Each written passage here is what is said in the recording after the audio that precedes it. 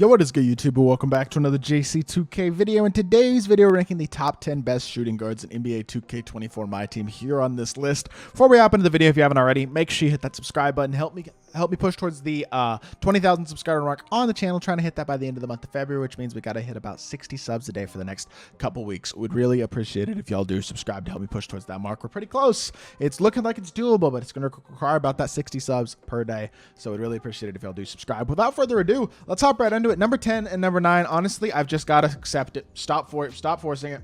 Kawhi Leonard is still a top 10 shooting guard in the game. I 100% believe he is just so good defensively and so good. It's just a pure catch and shoot shooter. Like pure 3-and-D is still really valuable because some of these playmaking shooting guards are great cards in certain areas, but they don't have as good releases or they're not as big or not as capable defensively. It's just like, I don't know. I don't think a guy like MJ or Jaylen Brown deserves a spot on this top 10 list. When I really simplify it, I think I'd rather just have a guy like Diamond Kawhi here, who's an elite defender, got good speed, capable slasher, nothing too crazy as a shooter, doesn't even have limitless range, but he's got a really catch and shoot, smooth, consistent release. Yeah, he's got no unpluckable. I understand he's not as complete as an MJ or a Jaylen Brown or even a Desmond Bane, guys like that. Desmond Bane gives you way more three hunting. MJ and Jaylen Brown give you way more versatility, playmaking, overall completeness, stats, and badge wise.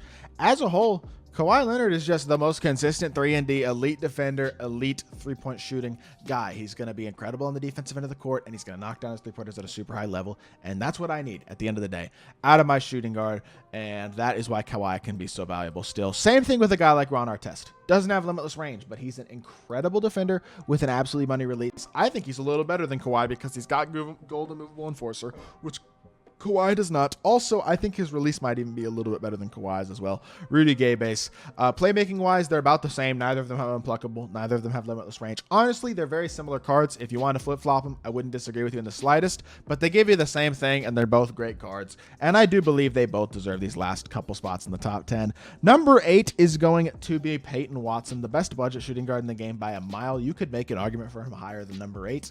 And he's got a really good release on quick. He's 6'7", so he's got really good size. He's athletic with an 85 driving dunk, 93 ball, all the gold shooting badges you want pretty much outside of age and 3. Playmaking wise, also very solid. Does need bailout, but overall good. And then defensively, doesn't have brick wall or challenger, but everything else he's pretty much got on gold. Really nice looking card all the way around. He doesn't have movable enforcer either, I guess. And there's a couple other badges you could mildly complain about if you want. But overall, he's a very complete card. He comes with a lot of key badges. He moves decently well as well with the Steph drag back and that MJ dribble style. Release is super nice. And overall, he's a good card. One of the best budget cards in the game, period, right now. Wesley Person is who I have at number 7. The triple threat offline reward, clutch time offline reward, I should say, that came out on Friday. He's not a bad card. He's 6'6", 6'9", wingspan, hotspots from nearly everywhere. Ton of Hall of Fame badges, including elite shooting badges, really good playmaking as well, and defensively he's got off clamps and off ball pest. Pretty much all the other gold badges you want outside of brick wall, which you can add, rebound chaser, which you can add, and a movable enforcer, which unfortunately you cannot. He also needs unpluckable added, but he's a great shooter, a pretty good slasher as well. 85 driving dunk, not the greatest standing dunk, but good enough. 96 3 ball, 91 speed, versatile defender. Good card, nice release, doesn't have incredible movement besides pro dribble style. The rest of his SIGs certainly aren't special. Overall, he's nothing incredible as a card, but I think he's a very solid option at the shooting guard position. Really nice three-point shooter, pretty good playmaker, capable slasher, and a very good defender as well. Good option at number 7. Number 6, Zach LaVine. He's not the greatest defender, but he is an electric offensive card with an elite release on quick.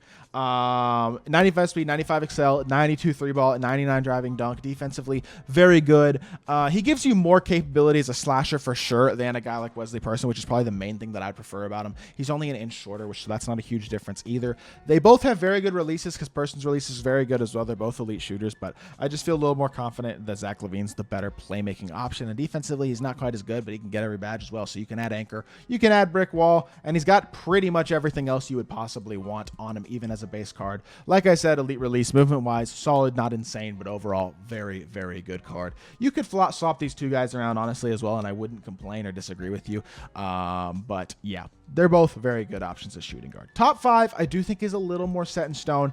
At number 5, I would probably go Vince. I just think Vince is the guy who is in this top 5 tier and kind of divides it well. A very good card with elite all-around stats. Animation-wise, not quite as incredible, but still good. He's an amazing finisher, shooter, and playmaker, and certainly not a bad defender. Pretty darn complete as a card as well, which is what I really like. The Hoff Limitless, the gold anchor, is super nice to have as well, and that is a plus over one other guy, but I'll explain why I have that guy over him. Regardless, Vince is really good. He's got a nice release, and it's a solid release. It is. Movement-wise, he's not incredible, but he's certainly not terrible. I like Vince. I think he's a really good card. I don't like that he has basic same side hezi. That holds him back. The basic hesitation does hold him back there for sure. But overall, he's a very good card, and he's definitely a top-tier guy. Honestly, I think Dr. J is better. I understand Dr. J doesn't have Anchor or Limitless, and Vince has both of those.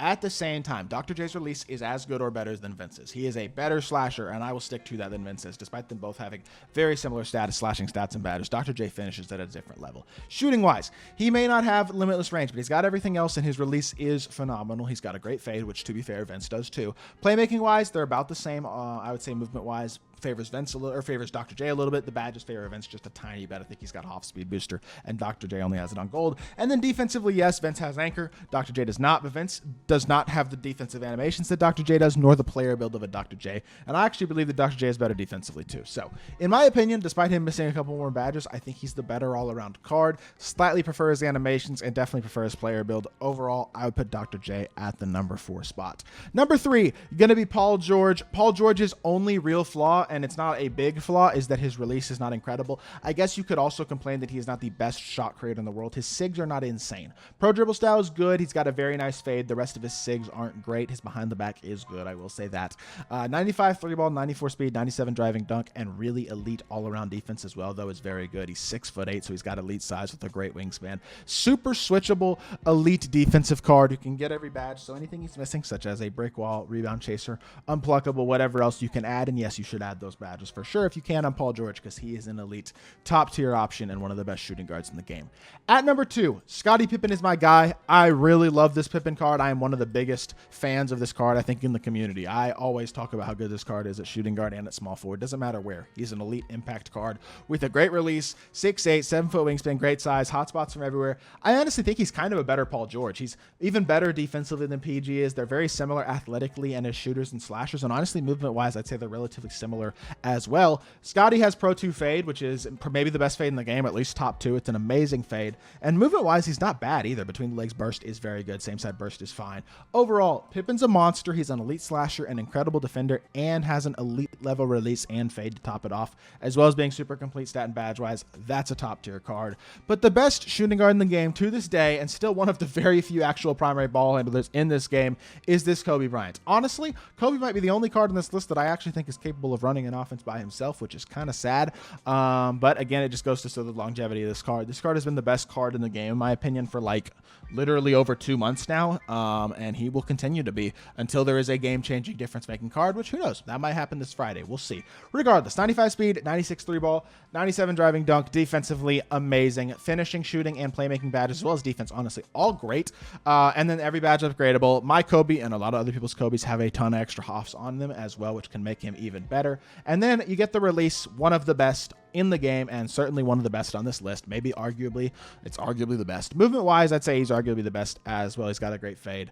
He's a stud, and he's a elite level shooting guard and an elite level card in my team. Still the best shooting guard in the game, in my opinion. So this is my opinion entirely. Let me know what y'all think of the list in the comment section down below, what you disagree with and agree with. But I think y'all will probably agree with this list a little more than y'all did my point guard one, because that one seemed a little controversial. Regardless, I appreciate y'all for watching. Even if you don't totally agree with my opinion, I still appreciate you watching the videos. As long as you don't leave hate comments, I really don't mind. A few of y'all are pretty negative sometimes, though, and I don't appreciate the real hate comments, because I've gotten a couple of just like rude ones recently that were just like out of left field. Regardless, hope y'all did enjoy the video. If you did, make sure you hit that like button, leave a comment, and subscribe. I'll be back with more 2K content very, very soon, and I appreciate y'all. Peace.